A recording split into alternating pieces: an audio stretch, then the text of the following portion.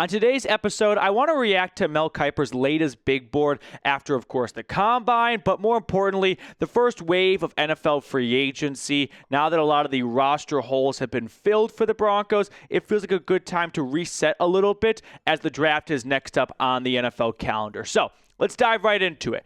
Kiper's top 5 players, no one should get attached to any of these names, with the exception of Jeanty, but I still don't think it's very likely he falls to 20 at this rate.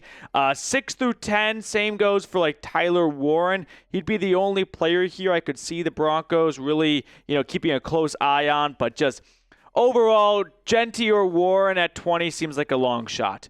I'm not in the business of saying impossible, because it's the NFL draft, right? You're supposed to expect the unexpected. Every year or so, it feels like there's a player who falls that no one saw coming. I mean, people thought Will Levis was going to be a top 5 draft pick. The guy didn't even go round 1. So I won't go to the extreme of there's a 0% chance for those players, but it definitely feels like they are closer to top 10 than even falling to 20 at this point. Now, it doesn't mean we can't get some good mojo going. So if you want Jeanty or Warren, hit that thumbs up button down below. It's just a fun way to try and get, the football gods on Denver's side leading up to the NFL draft. Moving on to 11 and 12, we've got the Mizzou tackle Armand Membou. He has been flying up draft boards. And then Michigan's tight end Colston Loveland. We've talked about Loveland on the channel as a backup if they don't get Warren. The way that the draft is trending right now, Denver might need a backup for their backup. I think the Broncos need to have a plan E. And the plan A would be Jeanty, say. Plan B, Tyler Warren. Plan C, Colston Loveland. And then plan D, who we'll look at in a moment, would be Omarion Hampton, who might not even fall to 20. So if those 4 guys, the top 2 running backs and the top 2 tight ends, according to a lot of draft insiders, go before Denver's even on the clock, we're going to find out what Denver's real draft strategy is. Because sitting put at 20 and waiting for one of those guys to fall to you, that's an easy plan to have. That's just taking the best player at the biggest need for you. But if those 2 players at those 2 spots are all taken, what's plan E? And that right now, for me, is the $1 million question. It's not, should you take Warren or Jeanty, right? Should you take Colston Loveland? It should be, what's your plan at 20 if all those guys are taken? Now, if Loveland is available and he does not go in picks 1 through 19, I think he'd be a great pick for Denver, right? He stretches the field. He's a great receiver. He is what a lot of teams look for in that new age of an NFL tight end that can be a big receiving threat. Now, he is not a very good run blocker, but newsflash, most tight ends are not good run blockers coming out of college. They're not asked to run block. Also, a lot of college tight ends, they did not even play tight end in high school. You'll see like quarterbacks switch over to tight end, wide receivers switch over to tight end. So they're still kind of learning the position a little bit in college, but their God-given natural football instincts allow them to be successful. But now they got to really learn down the X's and O's of the position and go to tight end U over the summer.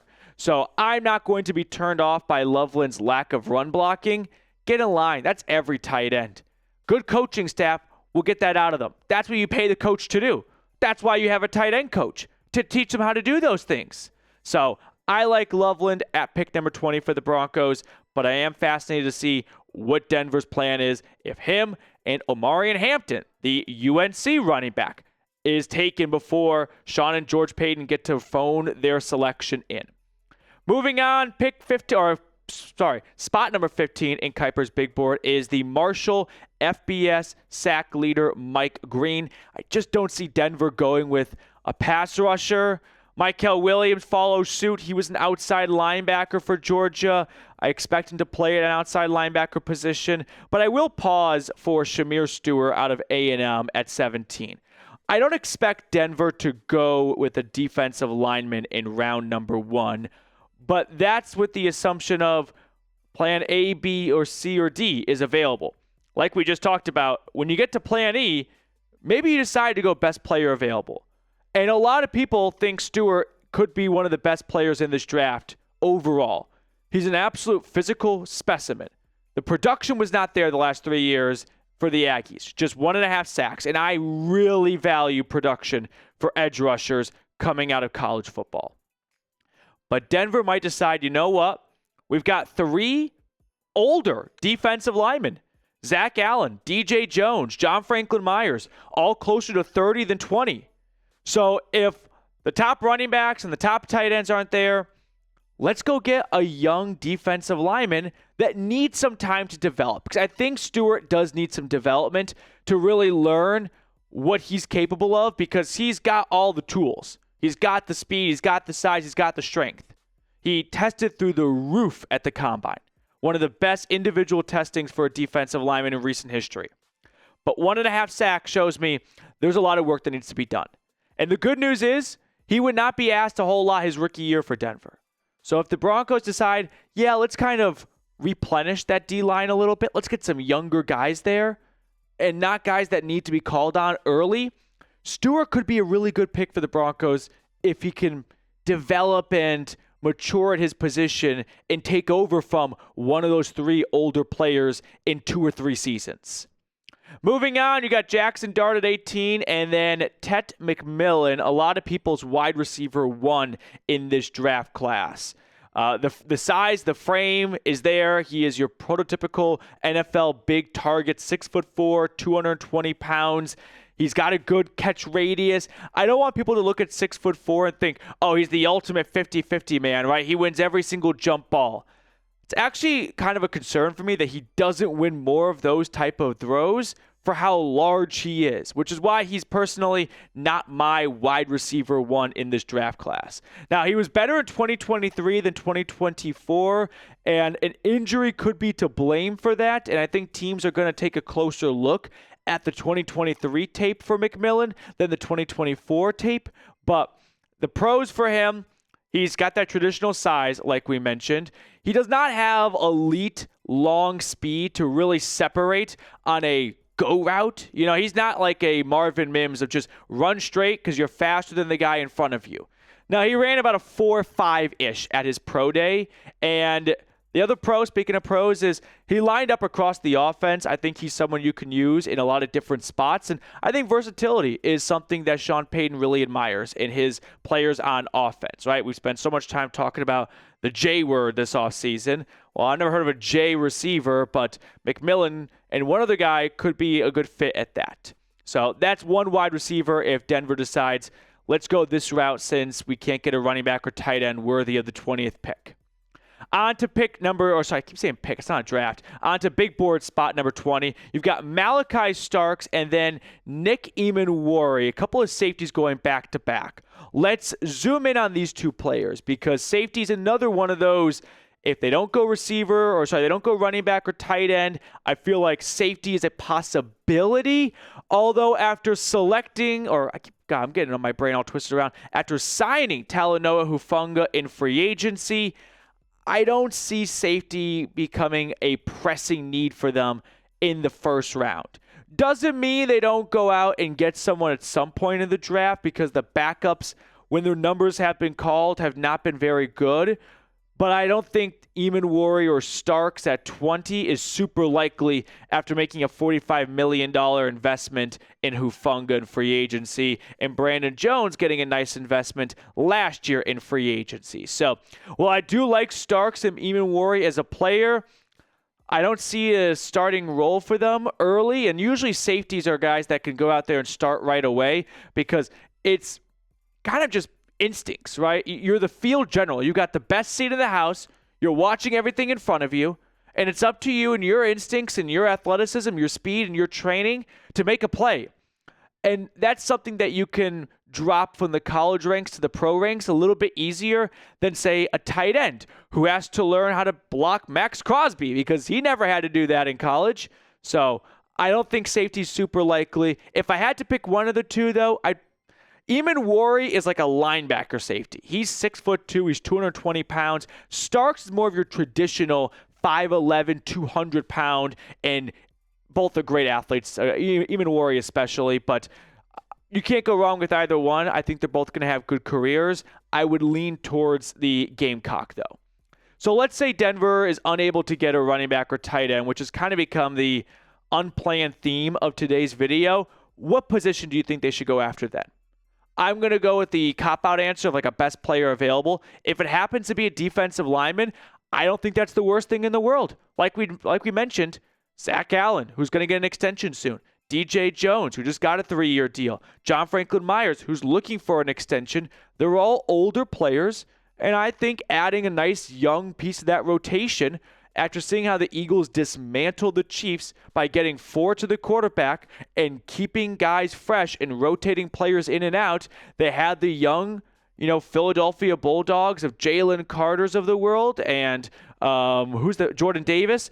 And then they also had some of the old guards of like Brandon Graham. So I don't think it's a bad idea to have a nice deep rotation at that spot. 22 to 25. I don't see offensive line in play. They extended Bowles. They've got McGlinchey on a 5-year deal. At pick 20, that's just too big of a reach for a guy who wouldn't see the field if everyone's healthy for a while. Then you got Jahdae Barron, a good DB out of Texas. I like him a lot. But we'll round it out with the 2 receivers here, Ibuka and Golden. So Emeka Ibuka, one of the most accomplished receivers in Ohio State history. And then Matthew Golden, who put up nearly 1,000 yards and 9 touchdowns in a Texas offense last year that I don't want to say was bad, but there was a stretch where Quinn Ewers was hurt. And then there was a stretch where Quinn Ewers was healthy but not playing good ball. And Golden, who transferred over from Houston after 2 seasons with the Cougars, was the number 1 guy for Ewers in this offense. Now, Denver's wide receiver room, I don't think is as big of a need as some people do. If you plan to extend Sutton, you've got a wide receiver 1 for the foreseeable future. Vele, Mims, and Franklin all showed me great improvement from the start of the year to the end of the year. And I'm not in the business of building a football team where, hey, these guys all improved, but let's bring someone in to take snaps away from them despite them getting into a rhythm. Someone tell me how that makes any sense, right? They're really starting to get into, like I said, a rhythm. They're starting to put up numbers, and now we're going to push them down the depth chart with the first-round draft pick. I don't really like that a ton. But if I had to pick one between Ibuka and Golden, I'd go with Golden. He's actually my favorite receiver in this draft class. He has incredible speed, 4.29 40-yard dash. Pretty average size for a receiver. You might look at 5'11 and think, oh, he's just a slot guy.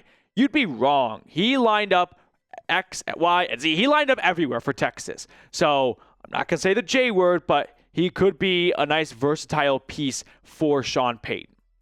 Before we get on out of here, quick reminder that over at Fanatics, they have an awesome sale going on when you go to chatsports.com/DENhat. I put that link for you guys because I already know you forgot it in the comments and description of today's video. They have more than just this hat, by the way. There's plenty of other gear, so check it out, chatsports.com/DENhat. So usually we end the video with name a random blank. Today I thought we'd do a slight twist. Who will be the Broncos pick at number 20?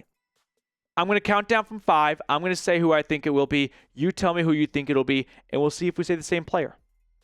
5, 4, 3, 2, 1. Omarion Hampton. You say Omarion Hampton? Yeah. I know we all talked about Plan E earlier. I don't think you get to Plan E. But I think as a Boy Scout, you should have a plan. And I am not buying Hampton going top 19. 2 running backs in the top 19. It's a very good running back class. It'd be somewhat unprecedented. When's the last time 2 backs went? I guess it would have been like Christian McCaffrey and Leonard Fournette. So, yeah, I think Hampton will be there at 20, and I think he'll be the pick. I think producer Reed popping in real quick. Yeah. Ashton Jeanty is not falling past the Cowboys or the Bears. I don't think he gets out of the top 10. The Raiders keep taking him in every single mock draft I see. All right, that will do it for us on today's episode. Hope you enjoyed our Kiper big board reaction. If you did, give us a like, subscribe on your way out, and enjoy the rest of March Madness.